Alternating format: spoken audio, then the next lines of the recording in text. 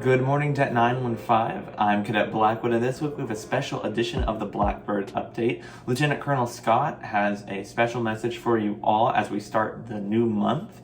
And afterward, if you stick around, you'll get to see a slideshow of the past month's events. Hey, good morning, Blackbirds. This is I'm Lieutenant Colonel Scott, obviously, and thank you this morning for letting me speak to you. Hey, we've had a great semester so far, and we're working towards the end of the semester. And I know finals are coming up. You got a lot of stress that potentially is coming up at the end of this month. I just want to encourage you to finish strong. Don't give up at the end of this month, and as you're approaching your finals, work as hard as you possibly can, and also finish strong within ROTC and the cadet wing. As we are approaching this month in November, November is National Resilience Month, and this time of year can be stressful for many. The holidays are approaching us, and they're a lot of fun, but for some, it brings on different thoughts, maybe some pain, or just stress in general. And it's important to deal with that stress and to be resilient. And we focus on resilience in many ways in the Air Force through our comprehensive fitness. You know, we strive to be resilient in spiritual, fitness, emotional, social. Those are all important to build, and mental. Those are all important to build that resiliency. And how do we do that? Well, for me, when I look back, the best example that I can find within the Air Force of resiliency and bounce back are through the Vietnam POWs. One of the things about the Vietnam POWs, in general, when people go to war, they come back. And in Vietnam, around 30% of the people that went to war in Vietnam came back with PTSD. Well, the POWs that went to Vietnam came back, and only 4% of them had PTSD. And one of the reasons that they were so mentally resilient is because they trained and they prepared for what they were going to go through. In the Korean conflict, many of the POWs that came through weren't trained, and they didn't exactly know or have a plan how to go through what they were about to experience through torture and captivity. And many of those vets that did come back, the POWs from the Korean conflict, came back in kind of pieces and were really broken down.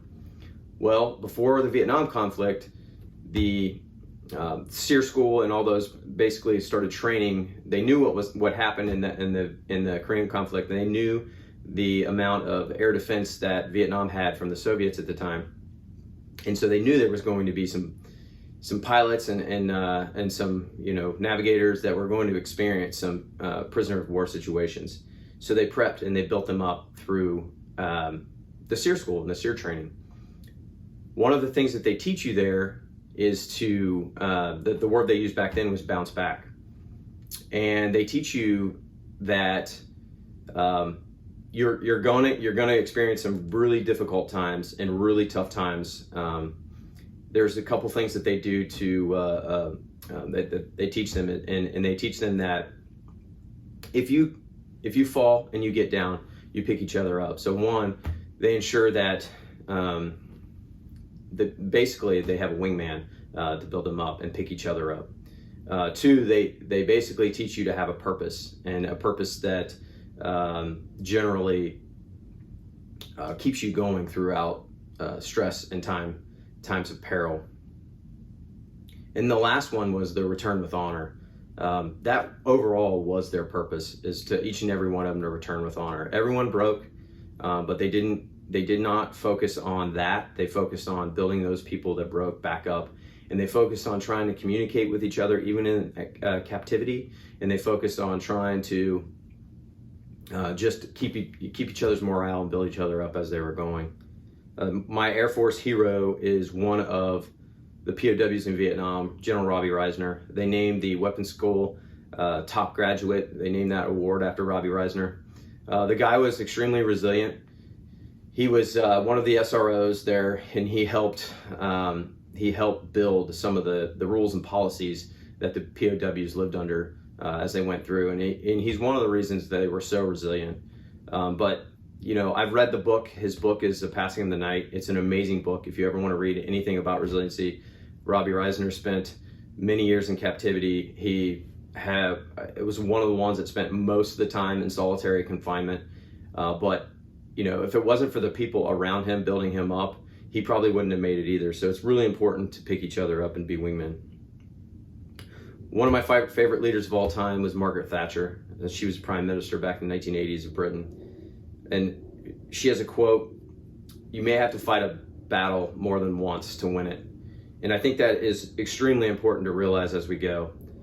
In life, failure is expected, and it's somewhat expected, and it's somewhat common, and it's okay. But the big thing that is kind of unexpected is basically how you respond to it. And that could be the difference in building success. So, as life gets us down, which it does sometimes, as we focus on resiliency, have a purpose, fight back, and bounce back. So I thank you for this morning. Let me speak to you, and I'll see you soon. Thank you for watching this week's Blackbird update. Make sure you get subscribed so you can stay updated with the latest detachment events. And remember to stick around after this to watch a slideshow of the past month's events. Thank you, and have a great Air Force week.